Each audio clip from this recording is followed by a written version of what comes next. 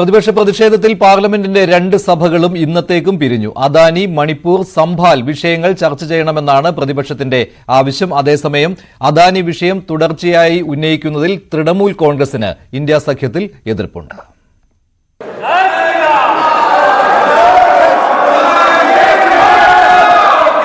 പ്രതിപക്ഷ പ്രതിഷേധത്തെ തുടർന്ന് ലോക്സഭയും രാജ്യസഭയും ആദ്യം 12 മണി വരെ നിർത്തിവെച്ചു.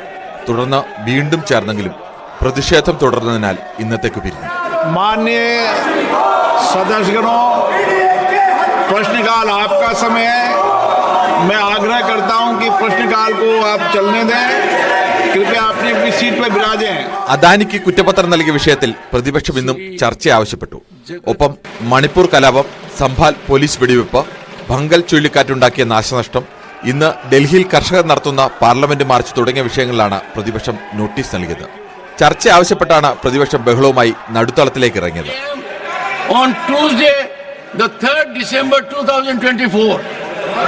എന്നാൽ അദാനി വിഷയത്തിൽ ഇന്ത്യ മുന്നണിക്കൊപ്പമില്ലെന്ന നിലപാട് തൃണമൂൽ കോൺഗ്രസ് വ്യക്തമാക്കി.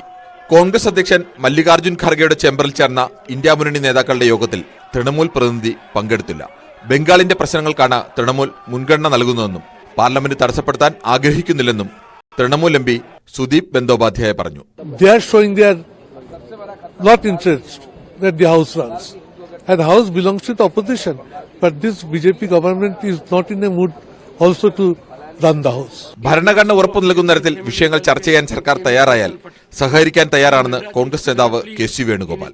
സ്പീക്കറെ കണ്ട സഭാ നടപടികൾ സുഗമമാക്കാൻ ഇടപെടണമെന്ന് ആവശ്യപ്പെട്ടിട്ടുണ്ടെന്നും വേണുഗോപാൽ പറഞ്ഞു. We are ready for running the house, provided there should be a discussion on constitution, which is promised to us. November 25-ന് സഭാ സമ്മേളനം തുടങ്ങിയ ദിവസം മുതൽ പ്രതിപക്ഷ പ്രതിഷേധവും തുടരുകയാണ്. ഡിസംബർ 20 വരെയാണ് ശീതകാല സമ്മേളനം. ഗോദ്ര വിഷയം കേന്ദ്ര പ്രമേയമാക്കിയ വിവാദ ചിത്രം സബർമതി റിപ്പോർട്ട് ഇന്ന് പാർലമെന്റിൽ പ്രദർശിപ്പിക്കും. പ്രധാനമന്ത്രി നരേന്ദ്രമോദി, സ്പീക്കർ ഓം ബിർള തുടങ്ങിയ നേതാക്കളും സിനിമ കാണാനെത്തും. National desk, news 18.